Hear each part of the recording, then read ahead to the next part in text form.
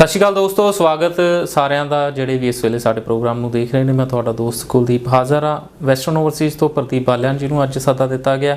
ਸੋ student visa ਦੇ ਬਾਰੇ ਗੱਲ ਕਰਾਂਗੇ। ਪਹਿਲਾਂ ਸਵਾਗਤ ਕਰ ਲਈਏ ਸਰ, ਬਹੁਤ ਬਹੁਤ ਸਵਾਗਤ ਹੈ। Thank you. ਸਤਿ ਸ਼੍ਰੀ ਅਕਾਲ ਜੀ। ਸੋ ਜੇਕਰ ਅੱਜ ਕੈਨੇਡਾ ਦੀ ਗੱਲ ਕਰੀਏ ਤਾਂ ਬੱਚਿਆਂ ਦੇ ਜਿਹੜੇ ਸਵਾਲ ਇਸ ਤਰ੍ਹਾਂ ਦੇ ਨੇ ਕਿ ਇੱਕ ਤਾਂ ਵੀਜ਼ਾ ਦੇਰੀ ਨਾਲ ਆ ਰਿਹਾ, ਦੂਜਾ ਨੌਨ ਐਸਟੀਐਸ ਦੇ ਜਿਹੜੇ ਰਿਜ਼ਲਟ ਸੀ ਉਹ ਕਿਤੇ ਨਾ ਕਿਤੇ ਮਤਲਬ ਉਸ ਤਰੀਕੇ ਦੇ ਨਹੀਂ ਆਏ ਜਿੰਨਾ ਦਿਖਾਇਆ ਜਾ ਰਿਹਾ ਸੀ, ਜਿੰਨੀ ਐਡਵਰਟਾਈਜ਼ਮੈਂਟ ਕੀਤੀ ਜਾ ਰਹੀ ਸੀ ਜਾਂ ਜਿੰਨੇ ਬੱਚਿਆਂ ਨੇ ਅਪਲਾਈ ਕੀਤਾ ਸੀ ਸੋਚ ਕੇ ਕਿ ਵੀਜ਼ਾ ਆ ਜਾਏਗਾ। ਸੋ ਕੀ ਕਾਰਨ ਰਹੇ ਉਹਨਾਂ ਦੇ ਰਿਜੈक्ट ਹੋਣ ਪਿੱਛੇ? कुलदीप जी होनेस्टली बताऊं, देखो मैं शो पे बैठा हूं आपके पास और मेरी कोशिश ये रहती है कि मैं सच्चाई में बिलीव करता हूं। सक्सेस रेट हमारा अभी भी वैसे ही मेंटेन है। शुरू में प्रॉब्लम आई थी कि जब एसडीएस लॉन्च हुआ तब थोड़ी सी प्रॉब्लम आई थी, अब स्मूथली है। एसडीएस में वीज़े आ रहे हैं, यूनिवर्सिटी कैटेगरी में भी आ रहे हैं और जनरल में भी आ रहे हैं। आप मेरे ऑफिस आके देख सकते हैं, रोज़ 10-12 पासपोर्ट कलेक्ट हो रहे हैं जिनके वीज़ाज निकल रहे हैं। इवन के आज मैं आपके स्टूडियो पे आया हूँ, आज हमारे पास 10 वीज़े आए हैं जिसमें से 4 बच्चे ऐसे थे जिनके ऑलरेडी रिजेक्ट थे, उनके वीज़े निकले हैं। और अभी मैं बता सकता हूँ, एक स्टूडेंट है मोहित नाम का स्टूडेंट है, उसकी बहन का नाम है मलिका, ठीक है। वो क्योंकि मेरे से बार बार उसने बातें की है, तो दिल्ली से वो लड़की है, तो उसका मुझे फ़ोन आता है कि सर कॉन्ग्रेचुलेसन। उसको मेल आ चुकी थी कि उसके ब्रदर का वीज़ा आ गया। अगर मैं उसके ब्रदर की बात करूं तो उसके 12th के बाद एक गैप भी था, दिल्ली से बच्चा बिलोंग करता था। ऐसे ही आपके किसी शो को देख के वो मेरे पास पहुंचे थे अपना मेरे ऑफिस में, तो वो मेरे से मिली थी। मुझे पता है उसकी मम्मी बैठी थी, वो बैठे थे, और लड़का उनकी सिस्टर बैठी थी और लड़का बैठा था। और मेरी उनसे बहस भी हुई थी कि भाई इतना गैप कैसे हो सकता है एक बच्चे का, मतलब 12th के बाद आप किस तरीके से मतलब बच्चे को कहाँ भेज रहे हो, मतलब क्या किस डायरेक्शन में जा रहा है। और उसके बावजूद दिल्ली से किसी एजेंट से उस बच्चे का कनाडा का रिजेक्शन भी था।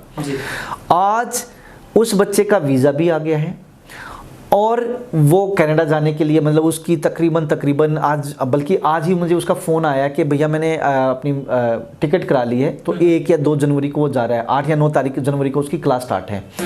तो मैं उस बच्चे की बात करूं, उसकी फ़ाइल बहुत बेकार थी, मतलब एक तरह से ऑलरेडी रिजेक्शन थी, प्लस मैं गैप था, 12th के बाद गैप था, कहीं काम किया कहीं नहीं किया। ही गोट द वीज़ा। बट मैंने उसकी सिस्टर को एक ही चीज़ बोला था, क्योंकि इसकी सिस्टर लीड कर रही थी पूरे केस को, कि मेरे हिसाब से चलना पड़ेगा।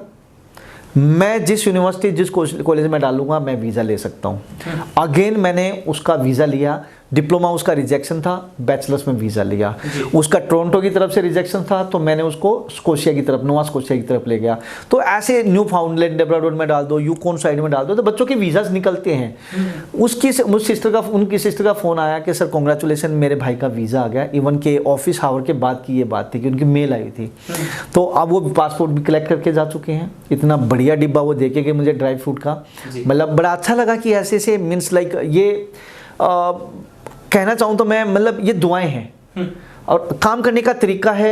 कुछ पेरेंट्स के कुछ हमारी दुआएं हैं, पेरेंट्स की दुआएं हैं या फिर उनका आशीर्वाद है। ये ऐसे बच्चे जिनके वीज़ा नहीं लग सकते थे, उनके वीज़ा लगे, उनकी दुआएं हैं, तो रिजल्ट्स आते हैं। आज जैसे मैंने बताया 4 पासपोर्ट ऐसे आए हैं जिनके रिजेक्शंस थे। तो मैं इतनी लंबी इसलिए खींच रहा हूँ मैं कि मे भी आपको और कंसल्टेंट्स के दिखाई नहीं देते होंगे, मुझे नहीं पता और क्या है क्या नहीं है, बट ਵੈਸਟਰਨ ਓਵਰਸੀਜ਼ के ਵੀਜ਼ਾਜ਼ ਆ ਰਹੇ हैं। ਉੱਥੇ ਵੀ 2 ਚੀਜ਼ਾਂ ਆ ਜਾਂਦੀਆਂ ਨੇ, ਇੱਕ ਵੀਕ ਪ੍ਰੋਫਾਈਲ ਨੂੰ ਦੇਖਣਾ, ਜਾਂਚਣਾ, ਪਰਖਣਾ, ਫਿਰ ਦੱਸਣਾ ਕਿ ਹਾਂ ਵੀਜ਼ਾ ਲੱਗ ਸਕਦਾ ਜਾਂ ਨਹੀਂ ਲੱਗ ਸਕਦਾ। ਜੇ ਲੱਗ ਸਕਦਾ ਫਿਰ ਅਪਲਾਈ ਕਰਨਾ। ਇੱਕ ਕੰਸल्टेंट ने ਫੜਨੀ ਫਾइल ਤੇ ਅਪलाई कर देना, ट्राई कर लेनी। मेरे को यहाँ मेरी एक कंडीशन होती है, जो बच्चा इस टाइप का रिजेक्शंस के साथ आता था, मेरी एक कंडीशन होती है कि बेटा वीज़ा मैं ले सकता हूँ, बट मेरे हिसाब से चलना पड़ेगा। तेरी आइल्स वीक है तो इम्प्रूव कर जी, फर्स्ट थिंग। तेरा डिप्लोमा में रिफ्यूज़ हुआ है तो बैचलर्स में डालूंगा, तेरा पीजी में रिफ्यूज़ हुआ तो मैं मास्टर्स में डालूंगा, तेरा क्राउडेड एरिया से रिफ्यूज़ आया, मतलब तो टोरंटो बिट्स की तरफ जा रहा था, मैं दूसरे एरियाज़ में डालूंगा। दूसरा, मैं कोर्स आपका सिलेक्शन ठीक दूंगा। सबसे मोस्ट इंपॉर्टेंट, मुझे फाइल की फ़ोटोकॉपी चाहिए। जो पहले फाइल लगी थी वो फ़ोटोकॉपी मुझे चाहिए। जो डॉक्यूमेंट उसने नहीं लगाए थे वो, मतलब हमें ग्राउंड तैयार करना पड़ता है बच्चे का, जो उसकी हिडन चीज़ें वो तैयार करनी पड़ती हैं, बच्चे का वीज़ा निकलता है। सो वही चीज़ आ जाती कि एक्सपीरियंस ਜਦੋਂ ਇੱਕ ਕੰਸਲਟੈਂਟ ਦਾ ਕਾਫੀ ਸਾਲਾਂ ਦਾ ਹੋ ਜਾਂਦਾ ਤਾਂ ਫਿਰ ਇਹ ਚੀਜ਼ਾਂ ਜਿਹੜੀਆਂ ਨਿਕਲ ਕੇ ਆਉਂਦੀਆਂ ਨੇ ਕਿ ਹਾਂ ਕਿਵੇਂ ਜਿਹੜਾ ਵੀਜ਼ਾ ਲਿਆ ਜਾ हाई कमीशन बैठे वीजा देने के लिए मैं ये नहीं कहता मेरे रिजेक्शंस नहीं होते होंगे। ਇੱਕ ਚੀਜ਼ ਨਾ ਹੋਰ ਤੁਸੀਂ ਵੀਜ਼ਾ ਦੱਸੀ ਵੀ ਸੀ, ਲੈਤੇ ਹਾਂ ਕਿ ਜੇ ਬੱਚੇ ਨੇ ਕਰਾਊਡਡ ਏਰੀਆ 'ਚ ਅਪਲਾਈ ਕੀਤਾ ਸੀ ਤਾਂ ਆਊਟਰ ਦੇ ਵਿੱਚ ਅਪਲਾਈ ਕਰਕੇ ਵੀਜ਼ਾ ਲੈਣਾ। ਸੋ ਇਹ ਚੀਜ਼ ਵੀ ਇੱਕ ਸਵਾਲ ਬਣੀ ਹੋਈ ਕਿ ਅੱਜ ਉੱਥੇ ਵੀਜ਼ਾ ਕਿਤੇ ਨਾ ਕਿਤੇ ਰਿਜੈਕਟ ਹੋ ਰਹੇ ਨੇ ਜਾਂ ਆਉਣ ਵਾਲੇ ਸਮੇਂ 'ਚ 2-3 प्रोविंस ने ਜਿਹੜੇ ਸਖਤਾਈ ਕਰਨ ਜਾ ਰਹੇ ਨੇ, कुछ इस तरह दी गल्लां आ रही। पॉसिबिलिटीज हो सकती है ब्रिटिश कोलंबिया और ओंटारियो में पॉसिबिलिटीज आ सकती है फ्यूचर में, क्योंकि ऑलरेडी बच्चा बहुत बैठा है। बट अभी मतलब ऑफिशियल ऐसी कोई मेल नहीं है, ऐसी कोई अनाउंसमेंट नहीं है, तो बट पॉसिबिलिटीज हर चीज़ की होती है। अगर मैं देखूँ अभी मैं ऑस्ट्रेलिया था तो मैं प्राइम मिनिस्टर का स्पीच सुन रहा था रिवन की, ये चीज़ें अभी आ भी रही हैं। जो आपका क्या नाम है सिडनी और मेलबर्न में बच्चा जा रहा है तो बोल रहे हैं कि भाई आप सिडनी मेलबर्न की तरफ ना आगे रीजनल एरिया की तरफ आओ। तो हर एक कंट्री चाहता है कि भाई हमारा रीजनल एरिया भी डेवलप हो, सारे एरियाज अच्छे तरीके से डेवलप हो। न्यूजीलैंड में आप देख सकते हैं, न्यूजीलैंड में जो ऑकलैंड में बच्चा जाएगा उसको 1 ईयर या मैक्सिमम 2 ईयर का पोस्ट स्टडी वर्क वीज़ा है, या फिर आप मास्टर्स में जा रहे हो या पीजी में जा रहे हो या बैचलर्स में जा रहे हो तो चलो अप टू 3 ईयर का है। लेकिन अगर आपने डिप्लोमा में लिया तो 1 ईयर का ही है। लेकिन आप आउटर एरिया में जा रहे हो तो आपको अप टू 2 ईयर का वर्क वीज़ा है। तो हर एक इमिग्रेशन, हर एक एम्बेसी चाहती है और बच्चों को कहीं ना कहीं इस चीज़ का वो भी दे रही है, क्या नाम है, लोब भी दे रही है, या यू कैन से कि भाई आप अगर रीजनल एरिया में आएंगे तो it will be more better, वहाँ पे आपकी ज़्यादा सेटलमेंट है, क्योंकि दे वांट टू बी कि भाई उनका वो एरिया भी डेवलप हो जो मतलब अभी तक अनडिस्कवर्ड है, या जो रीजनल एरिया जो अभी तक मतलब जहाँ बच्चे नहीं पहुँचे हैं वो भी डेवलप होना चाहिए जी। सो ਆਸਟ੍ਰੇਲੀਆ ਦੀ ਜੇਕਰ ਗੱਲ ਕਰੀਏ ਤਾਂ ਕਿਸ ਤਰ੍ਹਾਂ ਦੇ ਰਿਜ਼ਲਟਸ ਆ ਰਹੇ ਨੇ ਆਸਟ੍ਰੇਲੀਆ ਜਿਹੜੇ ਬੱਚਿਆਂ ਨੇ ਅਪਲਾਈ ਕੀਤਾ ਸੀ? देखिए ऑस्ट्रेलिया के वीज़ाज बहुत अच्छे हैं। इवन मतलब मैं कल का ही एक एक्सपीरियंस बताता हूँ कि मैं एक अपने ऑफिस में बैठा था तो एक लेडी मेरे पास आती है, वो अपने बेटे का रिजेक्शंस और ग्रुप 8 यूनिवर्सिटीज़ का रिजेक्शंस लेके आई थी। तो मैंने उनसे पूछा कि भाई रिजेक्शंस के रीजंस क्या हैं, तो उन्होंने बताया कि हमने सोशल साइंस में अप्लाई किया था किसी कंसल्टेंट से और तो रिफ्यूज़ल आ गया। मैंने पूछा कि सोशल साइंस में क्यों रिफ्यूज़ल आया आपका? सोशल साइंस का मतलब ये है कि आपको कम्युनिटी के लिए कुछ ना कुछ काम करना है। तो देखा सब्जेक्ट्स उसके रिलीवेंट नहीं थे इतने, लेकिन उसके कंसल्टेंट्स को एक एसओपी अच्छी तरीके से नहीं बनानी आई, दैट्स द रीज़न उसका रिफ्यूज़ल आया। मैंने जब उनकी मदर से, स्टूडेंट की मदर से डीपली बात करी तो निकल के आया कि वो एक एनजीओ रन कर रही है और वो मतलब सोशल वर्क बहुत करती है, उनके न्यूज़पेपर में आर्टिकल्स आते हैं, लेकिन उस कंसल्टेंट ने ऐसा कोरिलेट नहीं किया। मैंने कहा मैं इसका वीज़ा ले सकता हूँ आपकी प्रोफाइल पे। एम्बेसी चाहती तो यही है, बच्चा इंस्पायर इसी चीज़ से तो है कि मेरी मम्मी सोशल वर्क कर रही है, सोशल साइंस का मैं कोर्स करने जा रहा हूँ, कोरिलेट है। मैं अपनी मम्मी से पिछले 10 साल से 12 साल से ये चीज़ सुनता आ रहा हूँ कि सोशल वर्क का फ़ायदा क्या है। अगर वो चीज़ें कोरिलेट होती है, उसकी मम्मी के सारे डॉक्यूमेंट लगते तो वीज़ा निकलता। और उस बच्चे का ग्रुप 8 यूनिवर्सिटी जो रिसर्च बेस्ड कैटेगरी 1 यूनिवर्सिटी है उसमें रिफ्यूज़ल आया। तो यहाँ स्मार्ट वर्क करना होता है, बच्चे की को डीपली समझना होता है, बच्चे के पेरेंट्स के साथ बैठना पड़ता है और उनका जो इंटरेस्ट एरिया उस पर बात करके अगर रिलेवेंट हाई कमीशन में एसओपीज दी जाए स्टूडेंट के बिहाफ पे, स्टूडेंट वो प्रिपेयर करे तो वीज़ा निकलते हैं। ਬਿਲਕੁਲ ਸਹੀ ਗੱਲ ਦੱਸੀ। ਜਾਂ ਕਾਫੀ ਰਿਸਰਚ 'ਚ ਜਾਣਾ ਪੈਂਦਾ, ਪਰ ਤਰਾਸਦੀ ਇੱਕ ਕਈ ਵਾਰ ਤਾਂ ਬੱਚਾ ਫੋਨ ਕਰਕੇ ਕਹਿੰਦਾ ਕਿ ਆ ਮੇਰੇ ਡਾਕੂਮੈਂਟ ਨੇ, ਆ ਮੇਰੀ ਕੁਆਲੀਫਿਕੇਸ਼ਨ ਹੈ ਆਇਲਸ, ਜੇ ਹੋ ਜਾਏਗਾ ਤਾਂ ਮੈਂ ਆਫਿਸ ਆਵਾਂ, नहीं होएगा तो नहीं आता। पर बैठना पैंदा, कुछ एजेंट्स भी ऐसे हैं, कुछ एजेंट्स भी ऐसे हैं, अनपढ़ इलिटरेट काउंसलर्स बैठा रखी है, किसी की 10वीं किसी की 12वीं, तो क्या करेंगी?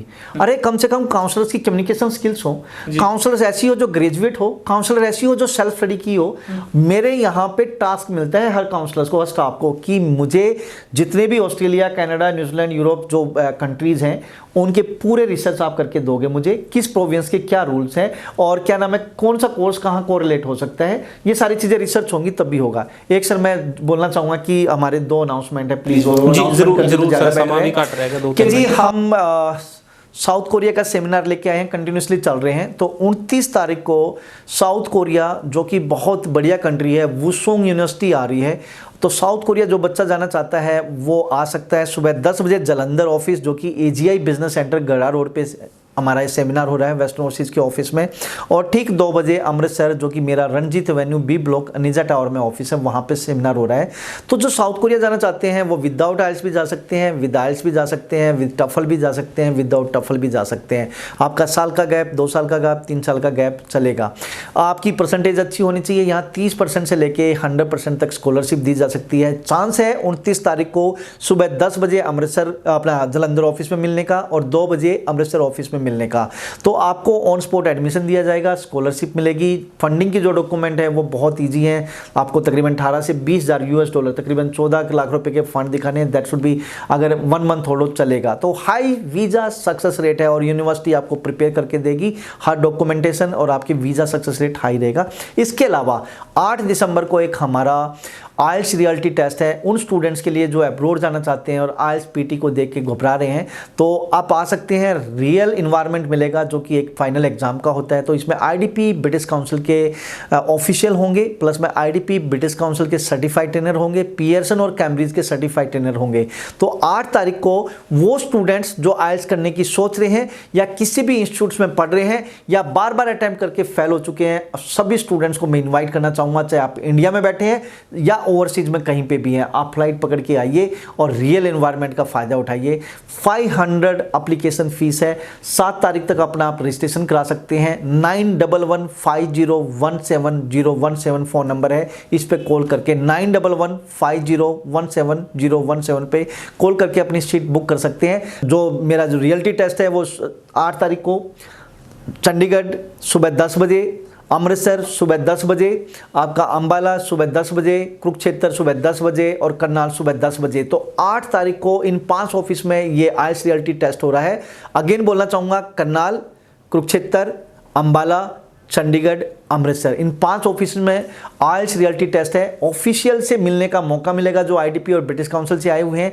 साथ साथ में एग्जाम खत्म होने के बाद आपके जो भी वीक एरियाज है उस पर बात करेंगे। आईडीपी और बीसी के जो ऑफिशियल्स हैं प्लस में सर्टिफाइड ट्रेनर है, टिप्स एंड स्ट्रेटजीज देंगे कि आप 9 बैंड परफेक्ट प्रिपरेशन कैसे कर सकते हैं और मोर देन 7 बैंड कैसे ले सकते हैं। तो प्लीज कीप इन माइंड, 8 तारीख याद रखना, सुबह 10 बजे करनाल, कुरुक्षेत्र, अंबाला, चंडीगढ़, अमृतसर। जी थैंक यू सर सारी ਜਾਣਕਾਰੀ ਦੇਣ ਦੇ ਲਈ। ਸੋ ਧੰਨਵਾਦ ਸਾਰੇ ਦਰਸ਼ਕਾਂ ਦਾ ਜਿਹੜੇ ਪ੍ਰੋਗਰਾਮ ਨੂੰ ਦੇਖ ਰਹੇ ਸੀ। ਵੈਸਟਰਨ ਓਵਰਸੀਜ਼ ਦਾ ਨੰਬਰ ਦਿਖਾਇਆ ਜਾ ਰਿਹਾ, ਸਿੱਧਾ ਕਾਲ ਕਰਕੇ ਵੀ ਗੱਲਬਾਤ ਕੀਤੀ ਜਾ ਸਕਦੀ। ਫਿਲਹਾਲ ਦੇ ਲਈ ਦਿਓ ਆ ਗਿਆ, ਸਤਿ ਸ਼੍ਰੀ ਅਕਾਲ।